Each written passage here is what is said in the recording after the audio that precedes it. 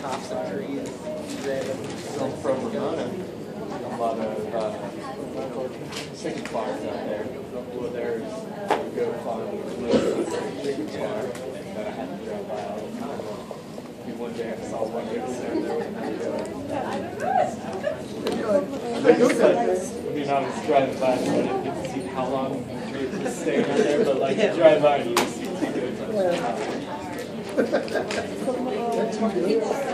That's you from the distance from them? Like going over the canopy? The dogs are looking good. Small places. Where is Ramona? Exactly. Really? You just go over a bunch of shitty territories. Yeah, past things like, it goes up around, like, basically past Palo.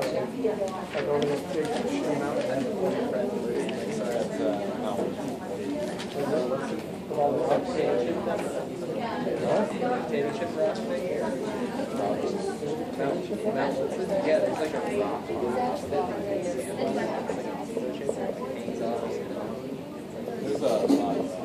There's so many rocks. And the road on the edge of the road mountain. Well, it's not a little. I heard It's a pretty scary deal for guys going in a 5 driving cars. All right, guys. so you have been on that. This chapter is all about analyzing graphing methods and using them to do said graphs. So calculus, you actually take this a little further. Calculus is going to be a lot easier, believe it or not, once you build on top of what you do here. So part of what we do this for, the reason we do a lot of this by hand, and yes, I will be making you do a lot of this by hand, and very often the calculator will mislead you because you will enter something wrong, and that graph will suddenly show up on a test, and it does not go along with your by-the-hand work, and that's bad. Even if you think your by-the-hand work is wrong, do your graph based on that. Trust me. Say, it didn't look the same in the calculator, but here's what I get from what I did. Beautiful. Trust your work over the calculator. The basic facts about polynomials. Two things about them that we can say about their graphs. They're smooth and continuous. Probably the easiest way to describe these two things are to give you two examples. One example of each that's not that thing. So here's an example of not smooth.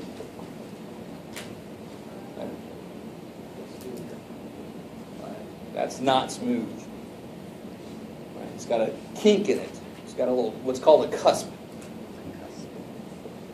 And if you look at it from the, I keep wanting to put a little bits of this in, because what happens on one side of that cusp with the slope? As I'm approaching the cusp, my slope is very big positive, right? And then right after the cusp is very big negative. And it can't handle that. It's not, that can't come from a polynomial. No polynomial would do that. The polynomial would be smooth. It wouldn't have any sharp turns like that. The slope can't change that quickly in a polynomial. That's what smooth means technically. Continuous is a little bit easier to tell. We've seen discontinuous things when we graphed piecewise functions. So it'd be something like going along, yay, and suddenly you rematerialize over there. Right? You're a Star Trek geek, I always think about transporter action. So, or the fly. Have you ever seen the fly? No? Yeah. Just make sure you're trying to Make sure the teleporter is free of all other organic material. Anyway, all right, back to pre-calc, sorry. So these are two examples of things that would not be polynomials. This sort of looks like we're talking about biology, but it can't be discontinuous. It's got to be something I can draw with my pencil without picking the pencil up. And it can't be non-smooth. I can't have any sudden turns. Guys, okay. Okay. Some more basic facts about this. And this is something we should all know. What's the basic look of this? What's the basic look of this? Yeah, that's parabolic. What happens as the power gets higher? Somebody know as the power gets higher and higher and higher and higher? You take it to like x to the whatever. 100,000. There's less transition. You'll get basically almost like a letter U. It gets really flat in the middle and really steep outside of there. Because think about what's happening. 1/2 squared is 1/4, so it kind of pushes it down from where it would have been if it was a straight line. It pushes down. When I start getting higher and higher powers, it pushes it down even more. 1/2 to the 100,000th power is basically 0. It's really close to 0, so that's why it kind of stays really flat. And the minute it hits 1, poof, it's way up at 1, and then it goes crazy after that. 2 to the 100,000th power, forget about it. So it's kind of nifty to think about. The same kind of thing happens here. What does this graph look like? I like that. So it looks like that, right? Looks like a parabola that had a rough night. Half of it fell out, right? A colleague of mine calls it the giraffe graph because it looks like, and I always think that's so evil. I always think it's evil because it's like somebody chopped the giraffe's front leg off. I'm like, that's a little evil, Corey, but that's all right. I call this, yeah, thank you. That's all, if I was a student, that's all I could think about is who cut that giraffe's legs off? Kept the back. But let's get past it. This is what I call cubish, which is not exciting, but it comes from a cube. So cubish is just a parabola where half of it fell out. And the same kind of thing happens when that power gets really large, odd. Then it's going to really be flat in the middle and go from there like that.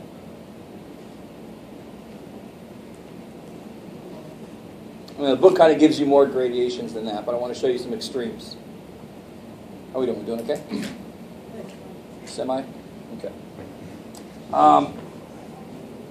Now, where we get even more interesting, and the reason that this section really exists, because here we got everything we need, don't we? And so we start combining these things. In general, if I have something like this,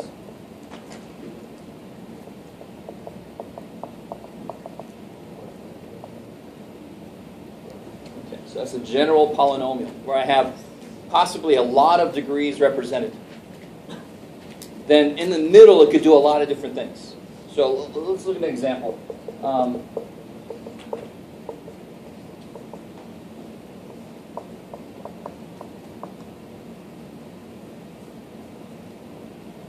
Actually, let me pull this down here.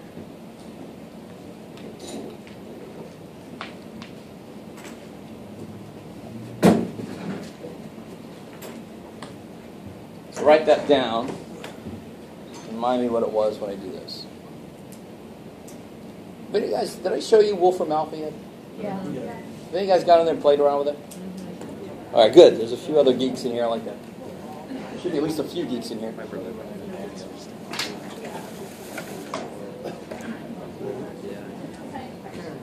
Or somebody says, dude, I do that every time I do my homework.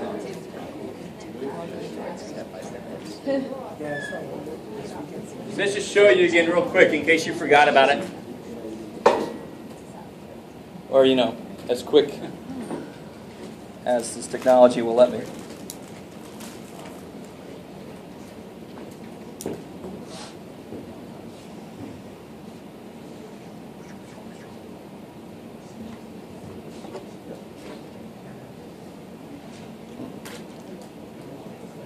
Oh, wait.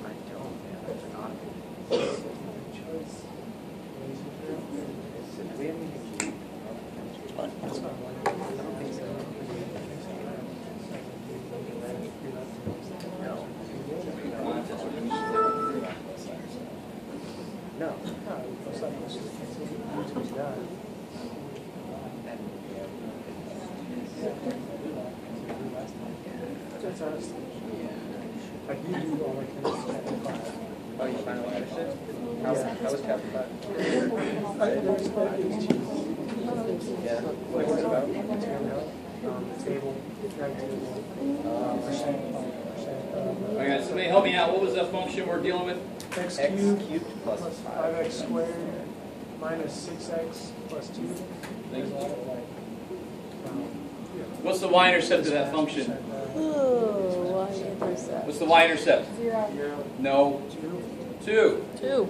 How do you always find the y-intercept of anything? X to 0. X to 0. You set the other variables to 0, so that would be setting the x equal to 0. Right? So here's the basic graph, and you can see. Now I want you to notice something. Okay. What's the largest degree? What's the degree of that polynomial? And who remember? The degree means what now? The largest x to the whatever n. Yeah, the largest power. Which in general, you got to be a little careful. If I could certainly have later in life, I could have an equation with more than one variable. The degree of this would be 7th degree. Right? And even if I plug in that's the 7th degree, that's the 1st degree. So you have to actually combine the coefficient, the exponents that I see here. We only have one variable that makes it easy. The degree is exactly what I see. That's a 3rd degree polynomial. So when x gets really, really big, and I kind of used that terminology before, so let me kind of make this a little more official. As x goes to infinity, what piece of this is most important or most dominant? The coefficient of x cubed. Yeah, this x cubed piece, right? This other piece doesn't matter when x gets really big. X cubed dominates. So notice what does an x cubed look like, of course? You try to think in your perspective. Like that, right? So look right in your way. Yes. But notice in the middle, that only talks about when x gets really big. So this is what's called end behavior. At the ends, it's got to look like going up on that side, going down on that side. So I would say the end behavior for this, you want to spell it like the English, would look like this. Leave the middle blank, because you don't have a damn clue if you haven't graphed it already what it's going to do in the middle. And that's really the study. That's really what this section's all about, is figuring out what it's doing in the middle. Notice how it goes up a little bit. And so in the middle then, these other guys are a lot more important. The smaller x gets, this piece gets smaller quicker than any of these. Does that make sense? 1/2 cubed is 1/8. 1/2 squared is 1/4. That's smaller. It kind of disappears quicker than the other guys. So these guys suddenly become more important, and you start getting parabolic looks in the middle. Okay, cool. So when I start mixing and matching all these different powers of x, the middle can do all kinds of weirdness. The end is well defined. In this case, it's this. Right? If the highest power was the 6th power, then what's the end behavior going to be? Yeah. Right? Or if it's a negative x to the 6th, to be down parabola. I know what the ends are doing. It's the middle that's weird. How we doing? Okay, cool. All right. Let's see. What else can I show you here? They kind of show it in a couple of different scales. Let's see what else they kind of give me. They give me alternate forms. Here's it sort of not really... this is kind of cool they do this, though, because if I had to graph... let's see. If I had to graph this...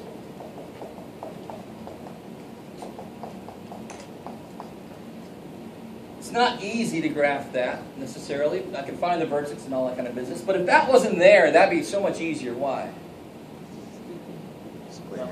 Because then I can get the X-Intercepts and go from there. But couldn't I, isn't this is sort of like, I never want to see that if I ask you to factor something, because that's so not factored, because there's a plus in there still.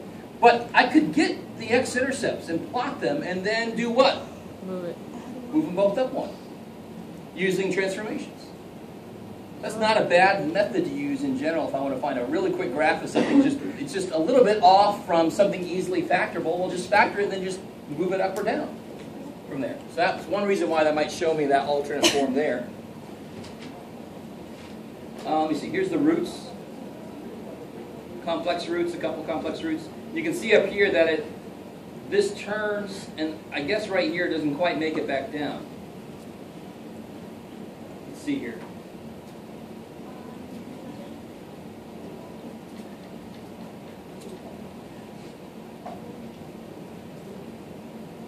Yeah, there you go. See a little gap in there. All right, so if it was just a little bit more down, if I would have made the equation -1, it would have went down a little bit, right? That would have actually had 2 more X-intercepts. You with me? But that piece never made it even touch. It doesn't even touch the X-axis. That's why I see only one real...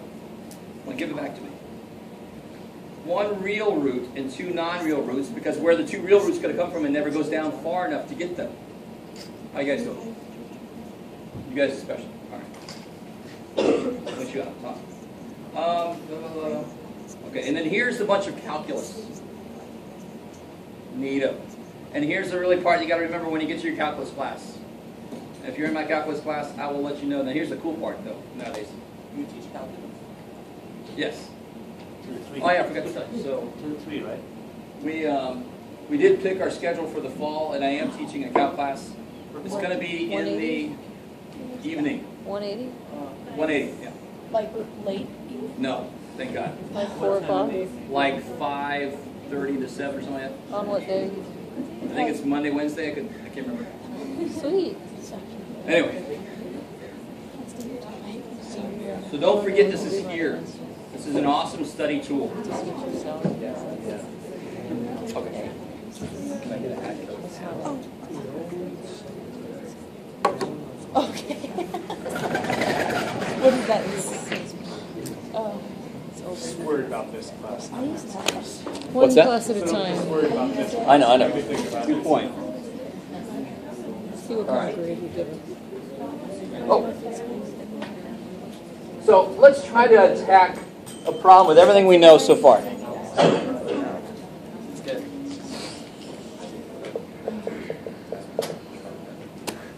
Oh, let's see if I can make one that works. Oh, give me a second. Sheet. Behavior card. Behavior card. You almost have that. I know what it is if it's a negative, it's frowns. If it's a positive, it's happy. If it's a negative, it's foot. If it's a positive, it's a giraffe. I know it. That's cool. You know.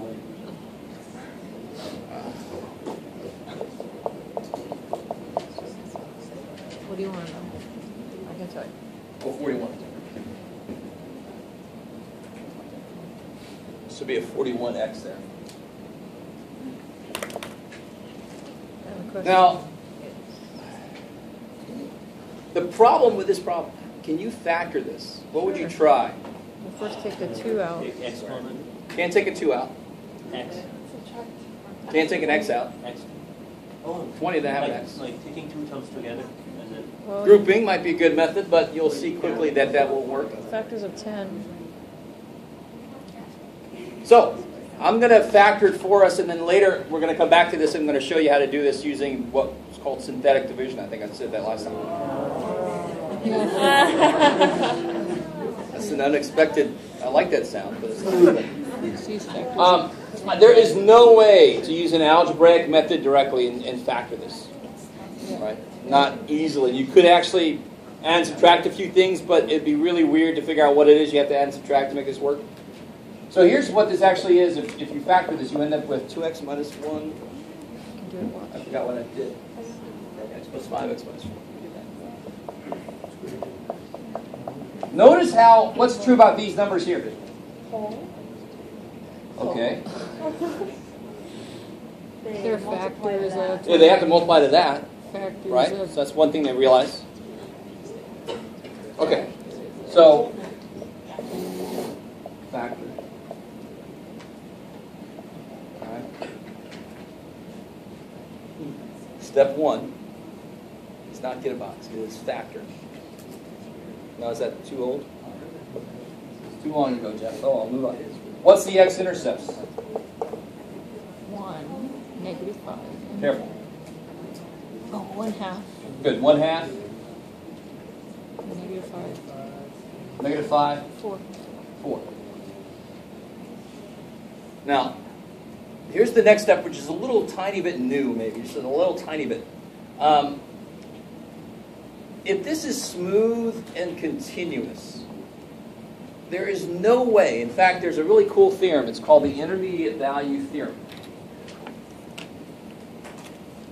IVT. Sounds like something you have to undergo in a hospital. The intermediate value theorem. And what that says is if you have two values, if you have a function, that's smooth and continuous, a continuous function. And at one point it's negative, and at another point it's positive.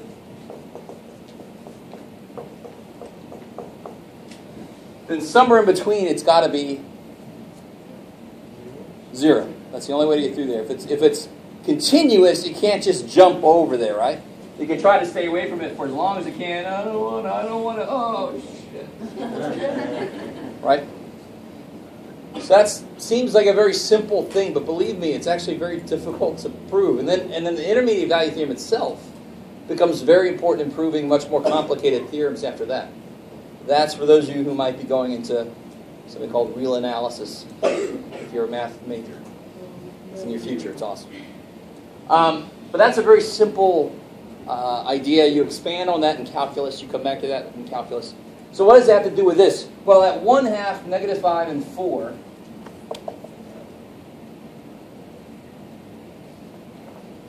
it goes through 0.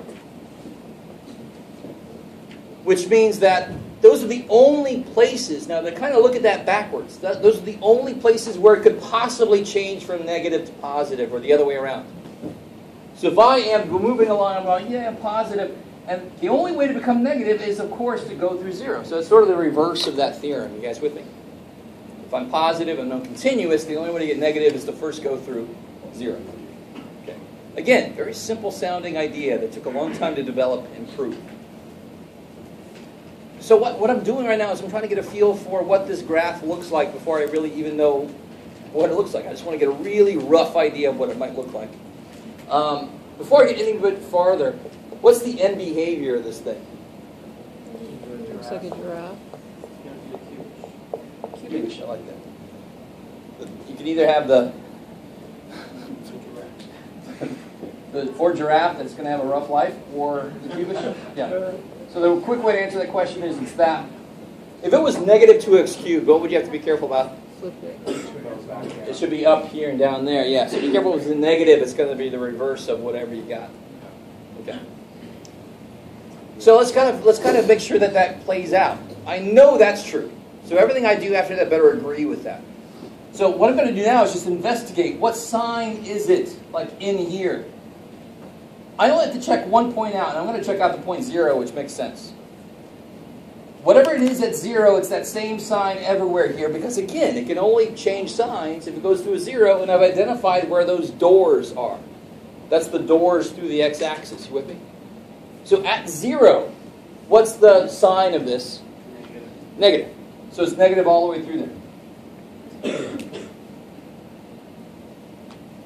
you explain that a little bit? What? Again, at 0, we know it's negative because... Oh, because... Well, for one thing, I know it's negative just because when I plug a 0 in, I get negative. That's all. And the other thing is, the only way it can change signs is to go through one of these zeros. Cool. Okay.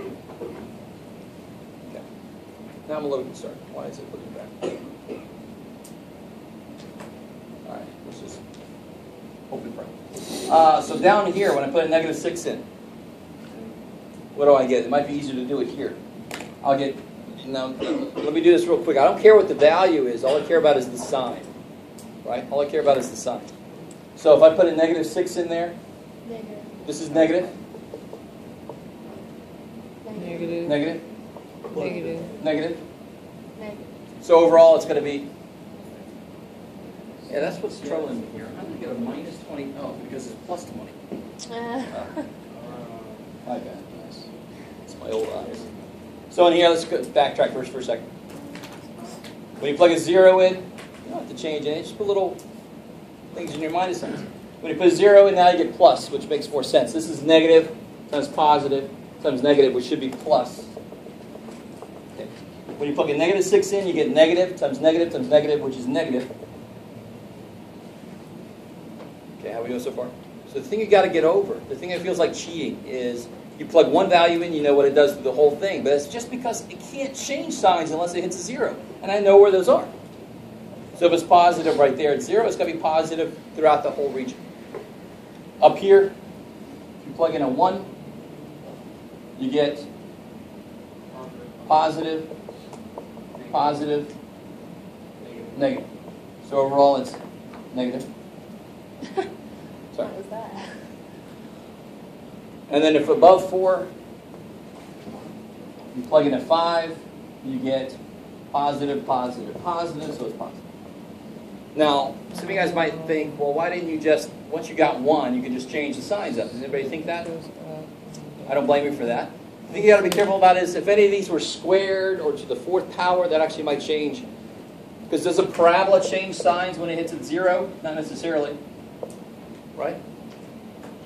So if there's a squared part of this, it's not going to change signs on either side of it. We'll see that in a minute. So what's this look like then? It's negative, and then it's approaching 0. And then it's positive. And then it's negative again after here. And then it's approaching 0 again, and it's positive. So it looks very roughly like that. So it's negative, and then it hits 0, and then it's positive, and then it hits 0, and it's negative, and then it hits 0, and then it's positive after that. That is a crazy rough sketch. In calculus, you actually do the same kind of thing, except you're talking about the slopes. And that's a lot more descriptive. Is it going down? Is it going up? And it's easier to draw that out. Okay.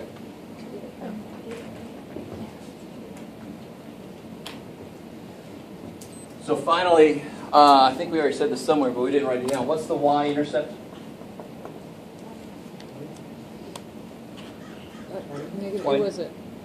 Negative 20, but you changed it to a positive. Yep, should be a plus up there, it's fine. Okay, cool. So now we can graph this thing. Let's see what this looks like. And on the way I'll show you, you've got to still fill in a few things. Oh, my markers are dying.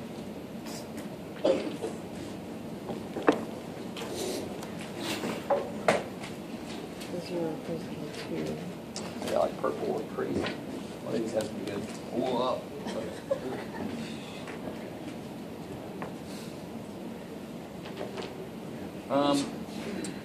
So now you can graph your anchors. I call them anchors. The intercepts are my anchors. They're the things I know that I can't get wrong, as long as I did them correctly in the first place. So I have my 1/2. Put some stuff here. How far do I have to go? 5. Okay, cool. So I got my 1/2. I got my 4. And my -5. Cool. My y-intercept is 20. Now the problem is, here's the problem. When I do this rough sketch, I kind of see that somewhere in here, somewhere in between here, there's going to be a maximum. Because it goes through 0 and it's positive for a while, and then it comes back to 0. So it must kind of follow that kind of shape. You guys with me? So I need to plug in another point, another couple points. I need to see how far up does this go, how far down does this go, and that'll help me actually get the graph drawn. It'll help me figure out what scale to use on my y-axis. You do not want to use 1, 2, 3, 4 on your y-axis. Trust me. So what point could I plug in here just to get an idea of what it's doing in the middle there? -1. -2 maybe? All right. So what do you get when you plug a -2 in? It's easy when you do this, or easier. So you get -5 times 3 times -6, which is 90. You guys with me? So that's f of -2 comes out to be 90. Then what can I do here to figure out how low this kind of gets? Maybe positive 2. Yeah. So f of +2 would be 3 times 7 times -2. It's -42. You guys with me still? Mm-hmm. Okay. Nothing major here, right? Okay. So now I kind of know what scale to make. I need to be able to get up to 90. So what kind of scale should I use? Maybe by 10s. 10, 20, 30, 40, 50, 60, 70, 80, 90. 10, 20.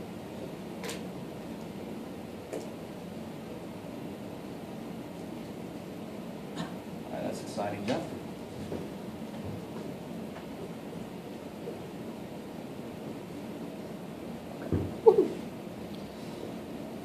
if you are anywhere near, or even worse, of a, how do you call it, artist, I mean, if you're sloppier or anywhere near sloppy, please get yourself some graph paper. In fact, in general, you really should get a hold of some graph paper. It's not a bad idea. Please. Okay. If I was in my own class, I would not accept my homework unless I had done it on graph paper.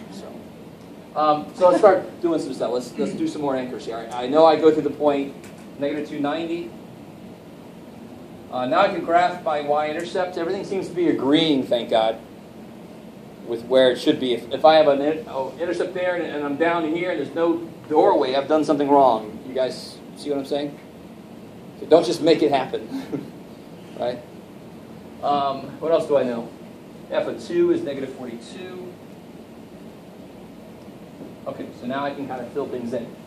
So I know I'm coming from down. I know my end behavior, and I know from this I'm on the negative side, and then I go through -5. And then I come up about to here. I might go higher or lower, but this is just a rough sketch. Then I come down through here, turn, and go back through there. Pop. Now, the most obvious sign that somebody's copied directly out of a calculator is you somehow know exactly where the tallest point is. We don't have calculus. We can't. That is probably not the tallest point. If you graph this and do a maximum function on there, you're going to get something bigger than 9. I can almost guarantee you. So if I suddenly see it going exactly where it's supposed to and I don't see any work that backs it up, no. I'd much rather you be wrong because we don't have the by-hand skills yet at this level. You guys follow what I'm saying? So don't freak out if you graph it and you're wrong a little bit. You're supposed to be. You're not as good as a calculator. Stupid calculator has no life. All it does is numbers, so let it do its thing. This is what we do, right? Okay. And it agrees with my rough sketch. It agrees with my end behavior. Thank God. Okay, how are we feeling? So let me give you one more example, and then I have a little handout that I want you guys to try on your own. Let's try one that's got a little more interesting stuff going on here. So everybody got this here? Yes?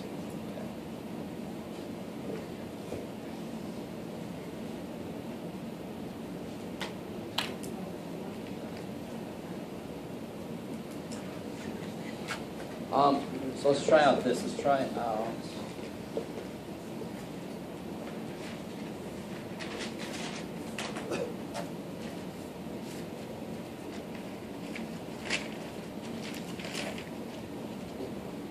Okay.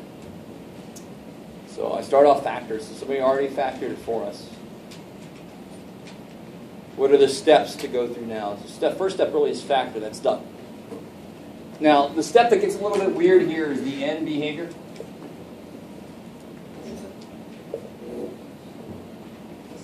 People always have trouble when it's factored. What do you really have to look at here to figure out the end behavior? The exponents. What would the highest power be if you multiply those out? Please, dear God, don't multiply them out. You get x squared here. Times x cubed there. So far that's x to the 5th. 6 hours. Times another x is x to the 6th. So the highest degree is the 6th degree. So what should the end behavior be? Smiley face. Exactly. So the end behavior should be like that. Go. How are we doing? Does everybody see where that came from? All your numbers. Well, the shape came because it's a 6th power. Does everybody see where that 6th power that came from? Okay, good. Could you review that, please? Maybe. If I multiply this piece out, so the highest power is x squared, right? If I multiply this piece out, the highest power is x cubed. And the highest power here is x. So when I multiply those, I get x to the 6th. Because for the end behavior, all I care about is the largest degree. So don't actually FOIL and stuff this out. Who cares about the middle term? Just look at the largest. Biggest is 2, biggest is 3, biggest is 1. Put them all together, you get 6. Cool. Okay. So that's step 1. That's actually step 2. So So our even factor, we get the end behavior. What are my X-intercepts?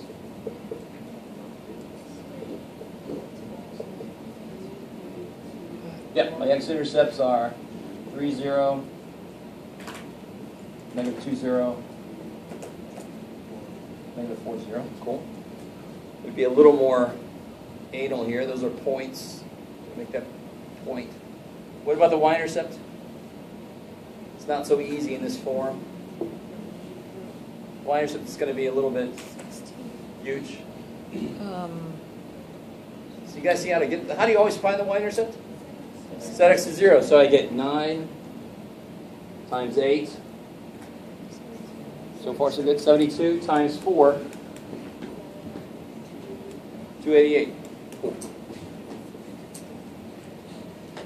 All right, so my scale, I already know my scale has to be maybe in the 50s. 50, 100, 150. Yeah.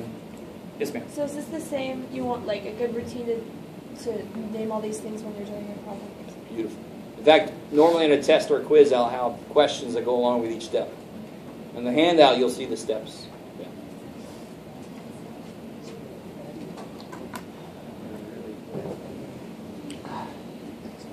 Okay, so now we can do our little thing where we investigate what does it look like.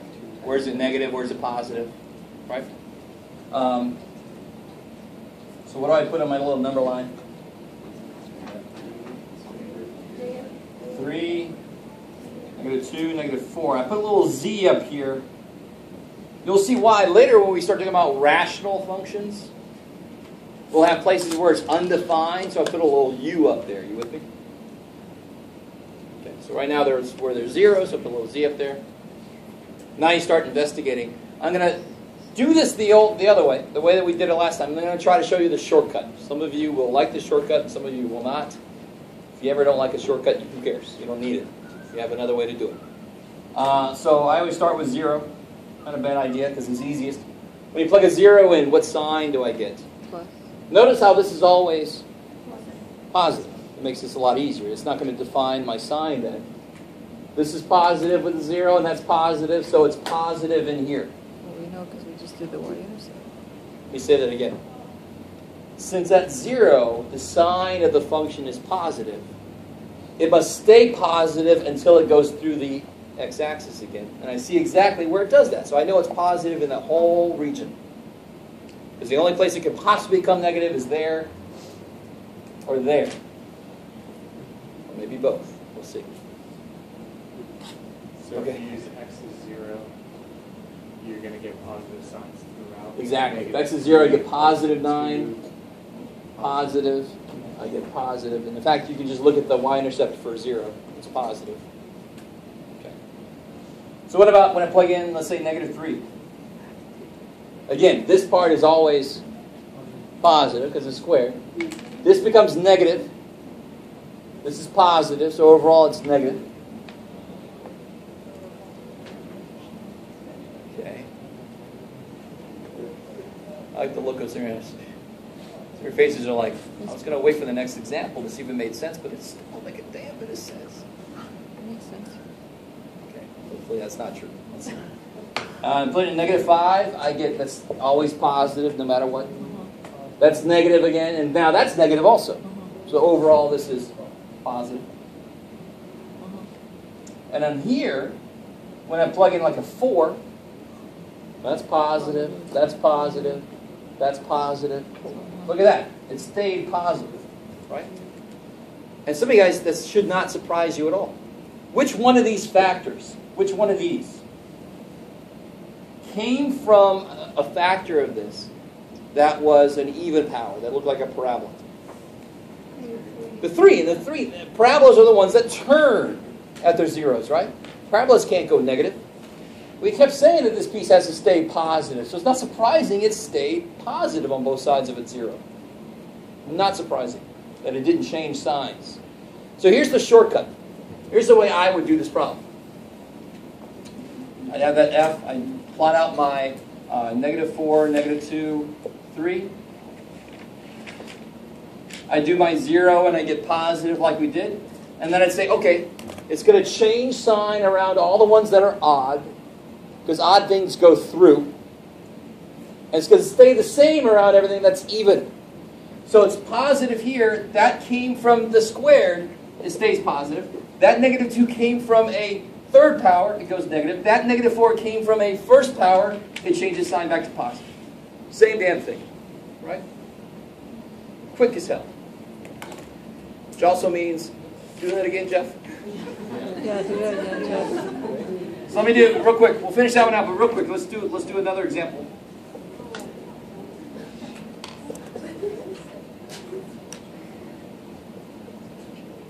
Okay, so if I had that, all I would do is, here's my -7, my -6, and my 4.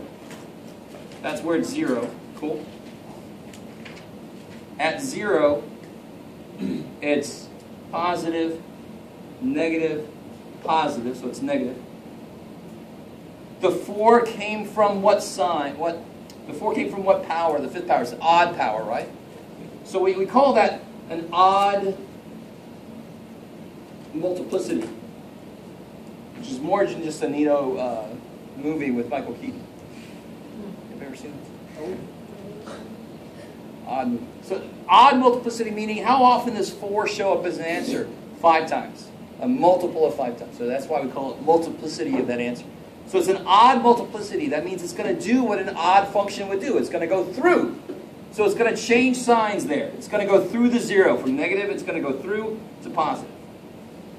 It's going to do that wherever the power is odd.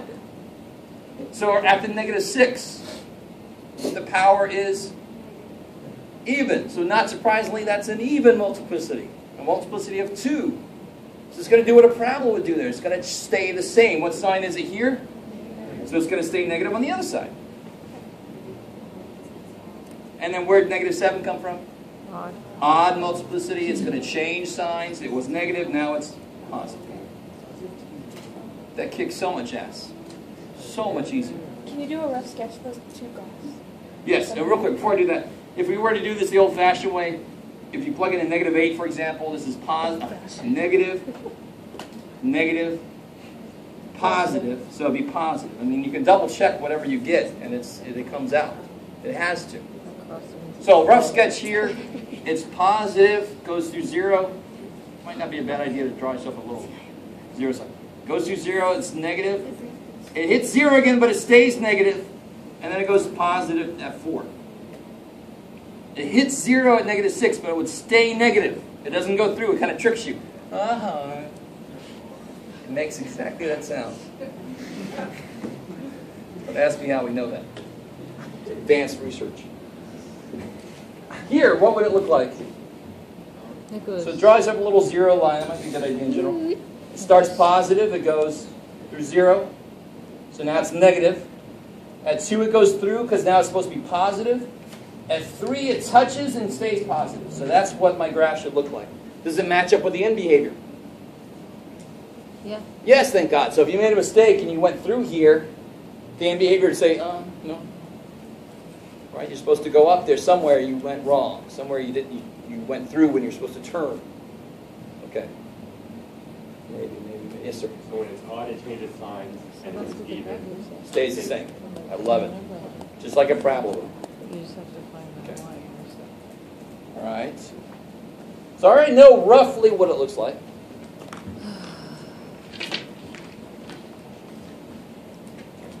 What's my scale going to be here? Oh, big. Big. I like that. Upwards of 300. Yeah, I'm supposed to get up to 300. Mm-hmm. So let me just climb up. No, scratch.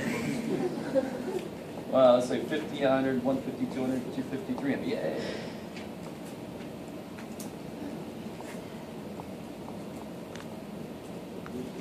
And then here, 1, 2, 3, 4.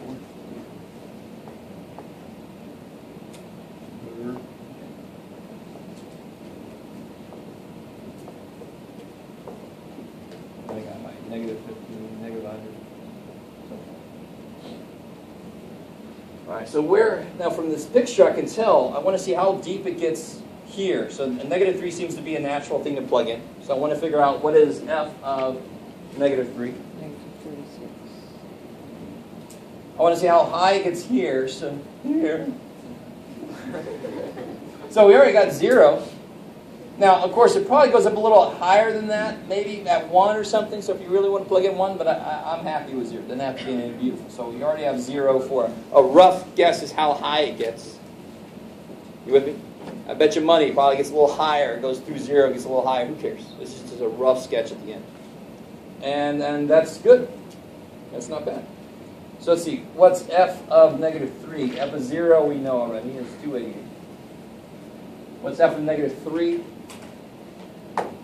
See, 36 times -1 times try again. 1. Yeah, it's better. -36. Yeah. So f of -3 is -36. Double check me now. -36 is roughly here. We can put on there our Y-intercept. We can put on there our X-intercepts, 3, 0, -2, -4. And this is always kind of giving us an idea what's going on. See how that piece looks nice now? I can see that happening. A little dip there, right around -3. Poof. So now it comes in, it's positive, goes through, so I can get up to my Y-intercept, and then it comes back down through, where am I at? Now it doesn't go through there, it turns. So then I match up with my end behaviors going in the right way. So I prefer to see rough sketches here. If I see something too perfect, that kind of tells me, okay, that just came right out of your calculator or right out of Wolfram. Come on. I'd rather see work and then exactly what your work tells you. Rough, not perfect. I love it. That's exactly the way it should be. Yeah. How would you tell where it touches a point or where So the 3 came from a factor whose degree is even, right? And an x squared would not go through. It would touch. Yeah. So if it's an odd -2, it should go through. It does, because it comes from an odd factor. It has an odd multiplicity. That's a first power that's odd, so -4 should go through. It does. Thank God. And your end behavior always kind of checks you out too. If you went through here, you'd say, "Oh crap, I was supposed to go upward and make a mistake." So it kind of checks and balances. All right, so let me let you guys. Yeah. Can we find the min and maximum if we just average out two of the zeros? I love that idea. So you would think that would probably be a good candidate for the min. I'll bet money that's not the minimum. Because parabolas are symmetric. Are these things necessarily symmetric? No. In fact, very often they are not symmetric at all.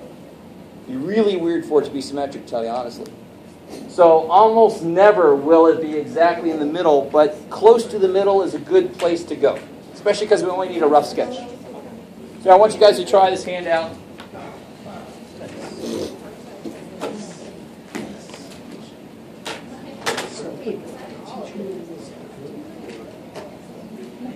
Yeah, somewhere it says number 2, and there's only one problem on it.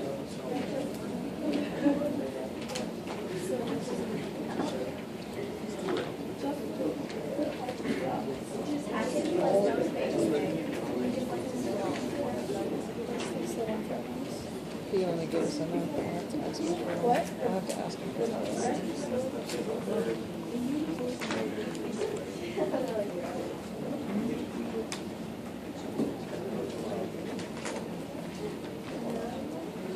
the end behavior is going to be happening.